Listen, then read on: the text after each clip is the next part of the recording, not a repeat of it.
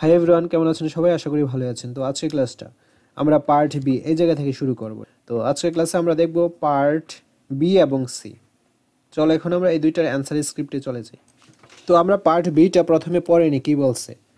Make a list of words from the story that have cultural কননোটেশনস।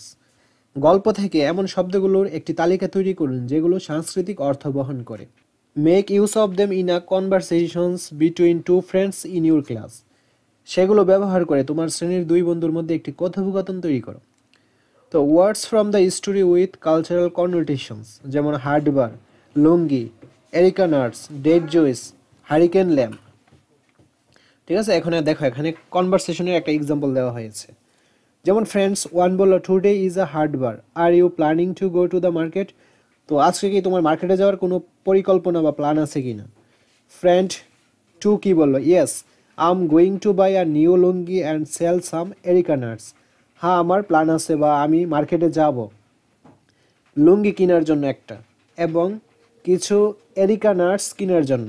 তারপর friend one কি বললো? Don't forget to bring some date juice. তো কিছু date juice বা খেজুর রস আনতে কিন্তু ভুলো না।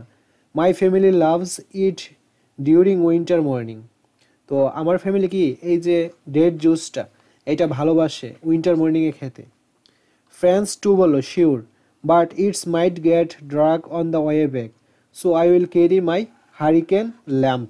তো আমার আস্তে আস্তে কি হয়ে যেতে পারে, রাত হয়ে যেতে পারে, আর এর জন্য আমি কি করব, ক্যারি করব একটা হারিকেন ল্যাম্প। ঠিক আছে, এরকম কথোপকথন হতে পারে। তো তুমি তোমার মতো করেও তৈরি করে নিতে পারো। তারপর আমরা পার্ট সি দেখব, কি বলছে দেখো। In our culture sons are believed to follow their fathers' ways and daughters are found similar with their mothers.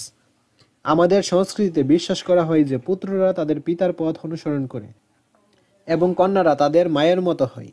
Do you see that kind of belief in the story? আপনি কি এই ধরনের বিশ্বাস গল্পে দেখতে পান? Discuss it with your friends and bring examples from your own life if you are compared with your father or mother.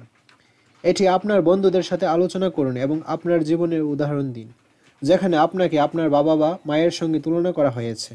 তো এখন আমরা এর অ্যান্সারটা দেখব। Yes, this belief is evident in the story.